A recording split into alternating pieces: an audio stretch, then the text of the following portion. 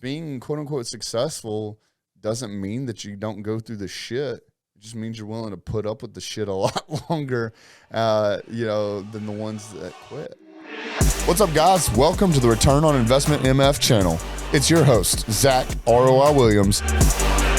And this is the information your haters don't want you to hear about. Becoming the most badass version of yourself in business.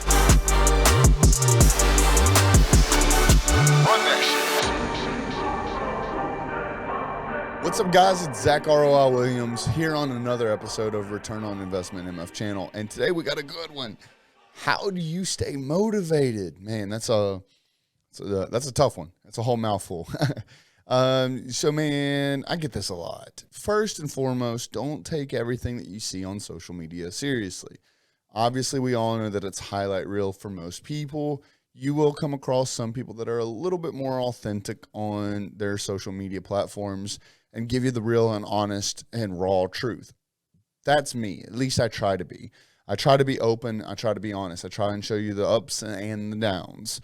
With that being said, even through me showing the downs, and believe me, there's a lot of them, I still get people who ask me this all the time. How do you stay motivated? It's not like a pill that we take. There's not like a magic, there's not a magic mushroom that you take. There's no like drugs or anything like this that this magical substance that entrepreneurs or business owners or just successful people in general take to stay motivated all the times. Sometimes you hit a brick wall and you get a rush of anxiety or depression or whatever it is that you're struggling with, personally. Like, it's not, once you branch away from corporate America and corporate greed and American greed and whatever you want to just call some of the bullshit that you deal with when you have a quote unquote boss, it doesn't all just go away. A lot of times it gets magnified. I believe it was last episode we talked a lot about, how to make that leap of faith and what all goes into it and a lot of the stresses and anxieties that come along with it. So a lot of times there's a magnifying glass that gets put on a lot of that, and it gets a lot worse before it gets better for a majority.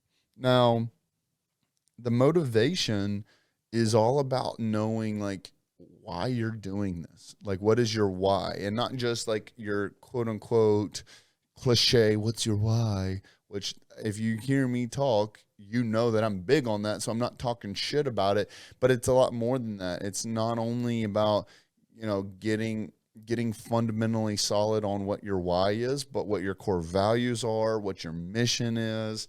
Why is it that you're doing this? I'm pretty open and honest. It's, my mission to help as many people as possible, throughout this entire process, whether I'm giving you good information.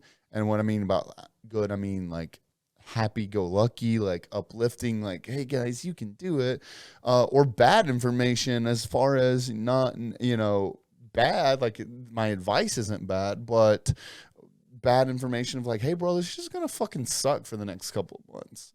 Like shit's about to get real for you. You're about to really see who you're meant to be. Or you're about to really show your significant other the type of man or woman you are. You're about to have to prove to your kids, your family, your friends that you got it in you. So there's there's some fun stuff that we're gonna get to talk about, and there's some shitty stuff we're gonna have to talk about if we want to be real. And I want to set you up for success. And success is all about knowing who your enemy is, who you're up against, what the battle is going to look like, the good, the bad, the ugly. So, there, to answer the question, there's a lot of times that a lot of us that, some people look up to and consider successful aren't motivated. The difference in the successful people and unsuccessful people are the ones that are able to push through the days that you're not motivated. As I'm actually saying this, it came to mind that there was an episode or a podcast or an interview that came from, I believe it was Ed Milet, talking about this exact thing. Was being successful doesn't mean that you, and I'm believe me, I'm completely paraphrasing here. It's been quite some time since I heard it, but being quote unquote successful doesn't mean that you don't go through the shit. It just means you're willing to put up with the shit a lot longer, than the ones that quit. So, just because you see someone, Ryan Stewman talks about it too. He believes his success and everything that he's come to. And it's been great to get to know him more personally and professionally over the last few months. Is he believes a big portion of where he is today is nothing more than a testament on him to be able to overcome financial burdens.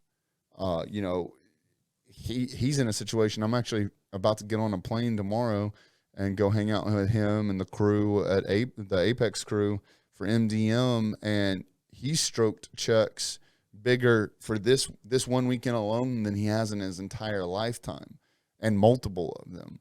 And, it's public information now, but it wasn't when I was up in the BFA offices a couple of weeks ago, where I happened to just be there when one of the shit storms started swirling up, and it was a big situation for him. I'm not going to put his personal information out there, but one of his big checks that he had wrote, and when I say check, I'm not talking about a paper check. Like, this motherfucker, if you hear him talk about anything, this motherfucker, before anyone can say shit, he's already wired the money. Like, deal's already done.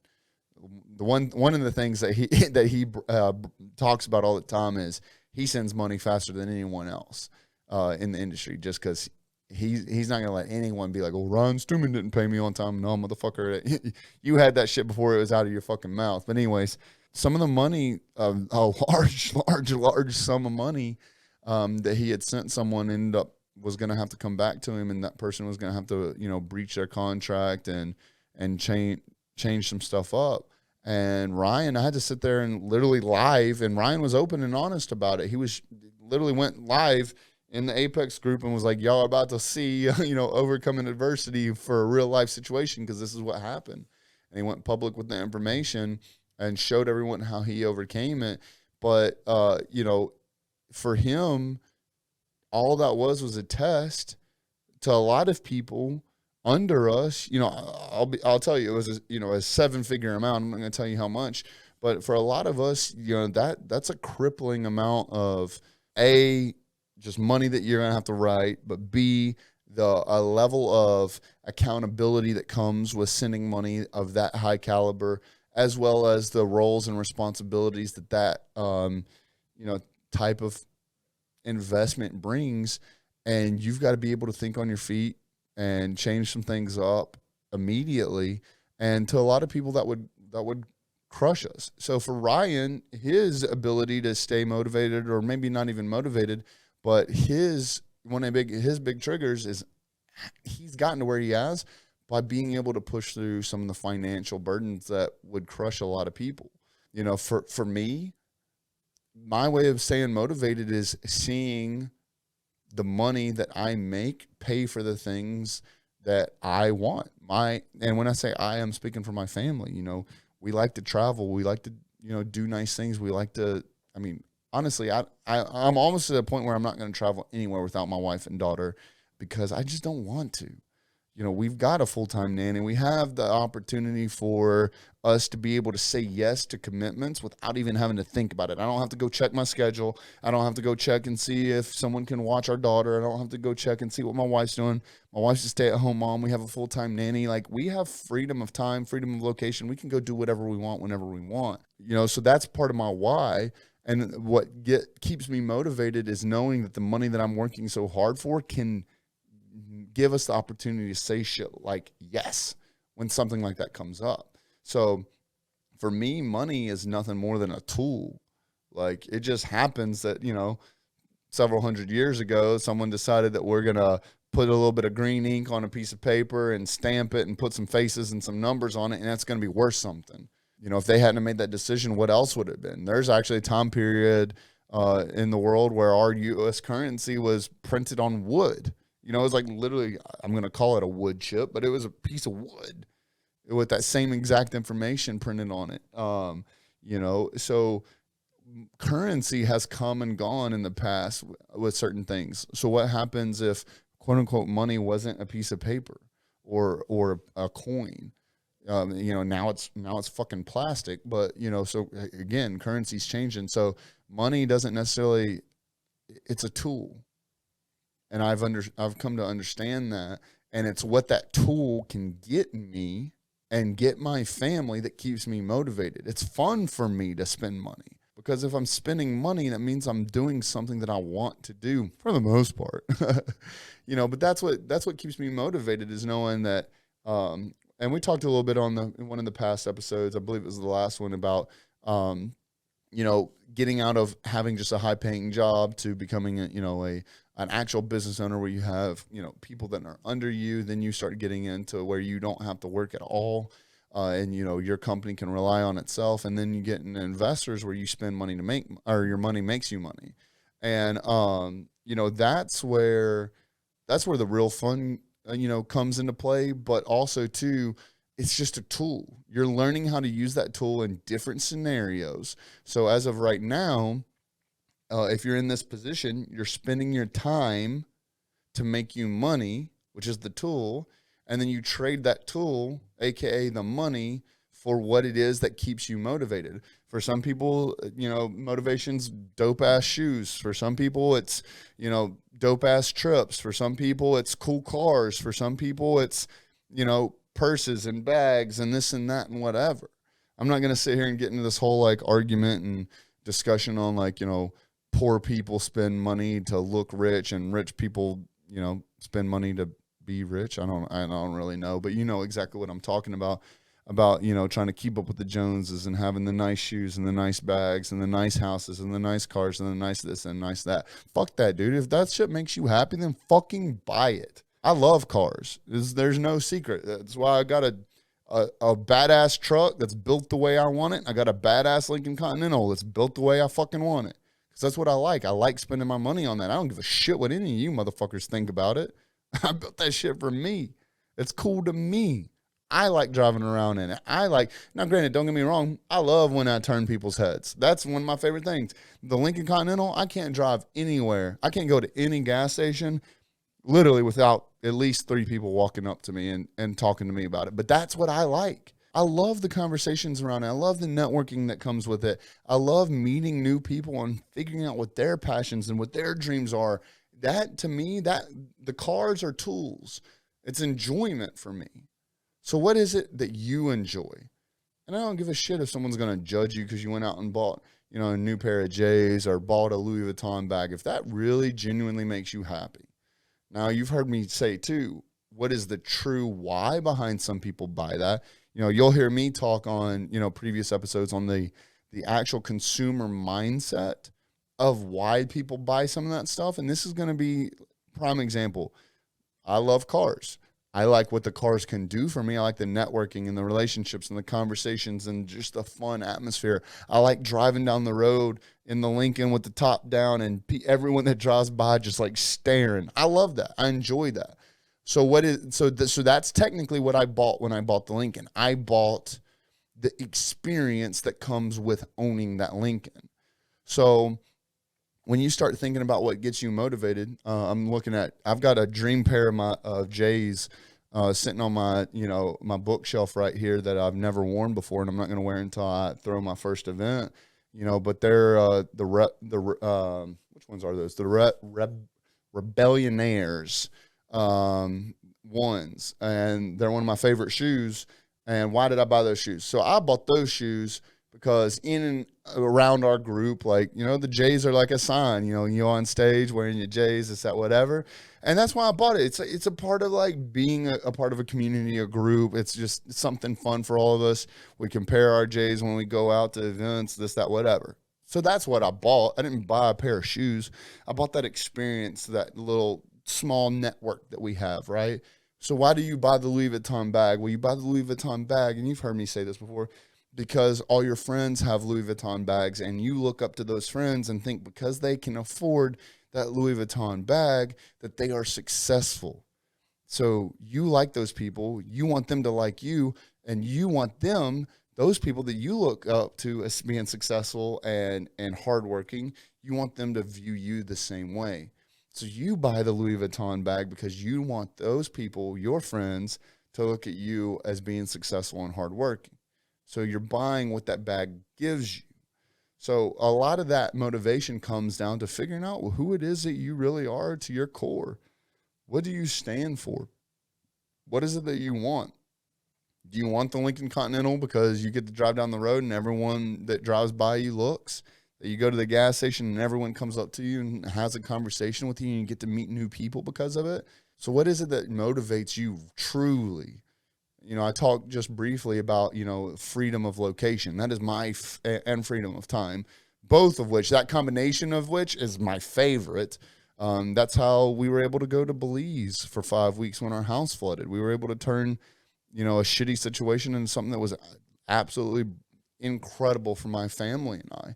I got to watch my daughter, she was 2 at the time, young 2, get to spend so much time running up and down beaches and going to sandbars in the Caribbean and eating fresh watermelon as it's dripping all down her off the side of the street on at a vendor's market. It just experiences that she was never going to be able to live if we weren't motivated by freedom of time, freedom of location. We weren't motivated by being able to travel and pick up whenever we want. And so the core of me being motivated is those experiences. I can sit here plain as day and remember just staring at my daughter. Here she is, 2 years old, sitting on a golf cart in a dusty gravel road off the side of an island on San Pedro and Belize, and taking a big old juicy bite of watermelon, and it just squirted everywhere. It's running down her chin, dripping all over her legs, and she's like trying to brush it off of her legs. Just the biggest, juiciest bite. I don't know why that's ingrained so hard in my brain, but that moment, I knew that everything I had to do to get to that one experience was fucking worth it. That right there was my motivation to working my fucking dick in the ground to be able to provide those types of experiences that I will cherish forever with my family. And it's all because of freedom of time and freedom of location. So those are 2 things that I knew that, it was going to take to be able, that was the tool, just like the money is the tool. Freedom of time and freedom of location is the tool to get me to those experiences that I'll live with and remember forever. Whew. So that is what you've got to figure out for yourself. Being motivated is not always what it's cracked up to be, and it's not something that we all always have. There's been plenty of times. There's a lot of people that I look up to. It's public information that I'm up at 4 a.m. every day, and I don't want to do it. And I thought something was wrong with me. I thought something was broken. I thought I was like a bad fucking entrepreneur because I hate getting up at fucking 4 a.m. and everyone else I see out there is fucking doing it. So what's wrong with me? Until I started hearing a few of them talk, they're like, man, I fucking hate this shit. Every fucking morning, I'm like, God damn, I should go back to bed every morning. But it takes the ones that are willing to fight through that to know that it's worth it in the long run, to be able to have those experiences where you're sitting with your daughter on the side of the road eating some watermelon. Andy Frisella talks about it all the time, and he's one of the ones too that, made me realize this. It was like, dude, every morning he's like, man, I don't want to fucking go to work. He's like, I've already been stressed out and my anxiety's been through the roof before I even left my house because I already know what's going to happen. And it's not that he hates his job. He loves what he fucking does. But it's shit that we all have to deal with, but you have to keep, your motivation. Why are you doing this? You got to sit back and really think. It's not about the money. Why are people like Elon Musk? Why are people like Grant Cardone, who have all the money in the world, Jeff Bezos, the Ryan Stumans, the Andy Frisellas, the Ed Miletts, why are they still doing all this? I mean, look at, I think it's Bill Gates, and I could be completely wrong here, but there was someone that I ended up looking up, this was a long time ago, probably like a year or 2 ago. Their full-time job is spending all their money. Their full-time job is, they're not doing anything to make money anymore. They are doing everything to spend money. It's all about experiments and science, and they're figuring all this shit out and spending all this money on research, but they're not doing anything to generate money anymore. Their full-time job is they're spending money obviously I'm not going to say as quickly as they can. They're being, logical with it, but they're making strategic moves, but they've used their tools. So like, if you're not doing it for the money, what are you doing it for? What's your motivation? All these guys, all these people, they've got more money than they've ever made in their life, and they're still going, they're still pushing. So obviously it's something more than money that motivates them. So if you want to start getting in the head of some of these people, start doing some research and see what motivates them. For me, it's spending time and experiences with my friends and family. That's what I love doing. It is, a part of who I am. That's what motivates me. Money is just a tool, and you got to fucking work to get some of it. So yeah, I've got to make some sacrifices along the way. But for me, when I spend money, especially if it's on an experience or anything that involves my family, I don't think twice about it, because that's the whole fucking point of putting in all that work in the first place. So what is it that motivates you? And it's okay if you're not motivated 24/7. None of us are. Literally none of us. The only difference between some people, some of us, I'm gonna put my fucking self in that category. The only difference between some of us is we're willing to push through some of the shitty fucking times where we're unmotivated, because we know that it's just temporary, that time is temporary, that unmotivation is temporary. Push through the temporary to get to the ultimate goal. There's going to be some times where you're wondering if you're making the right decisions or not. There's going to be some times where you're faced with some really hard decisions. There's going to be some time where you're sitting there wondering if this is all worth it. But that's temporary. The next time that you're sitting there enjoying, time with your family on the beach, drinking a mojito or whatever the case is, you'll know what you're doing is right, and you'll know that the path to get there was what it had to take to make you the man or the woman that you needed to be able to enjoy that time and to really, truly enjoy the experiences that you are working so hard to create. So, man, I could sit here and talk about this all day. This is what I love. At the end of the day, this is why I do it all. I want to help people like you, the people that are listening. I want to help give you the opportunities to go from where you're at now to make it to that next step, whatever that next step is. But when it comes down to being motivated, and when it comes down to really knowing why you're doing what you're doing and what you're working for, you really got to get down to the core of what it is it does for you. It might not be that vehicle, or it might not be that tool, but it's what that gets you. And then once you figure that out, once you figure out what your why is, once you figure out what truly keeps you pushing on, as long as you keep that in the forefront, your why, your core values, what your mission is, and you're going to be unstoppable. All right, guys, Zack ROI Williams. This is the Return on Investment MF channel. Thank you guys so much. I'll check you guys soon. Peace. All right, guys, I hope you enjoyed that video. Now, if you want, you can find out more information about me and what we do at zackroiwilliams.com. See you on the next video.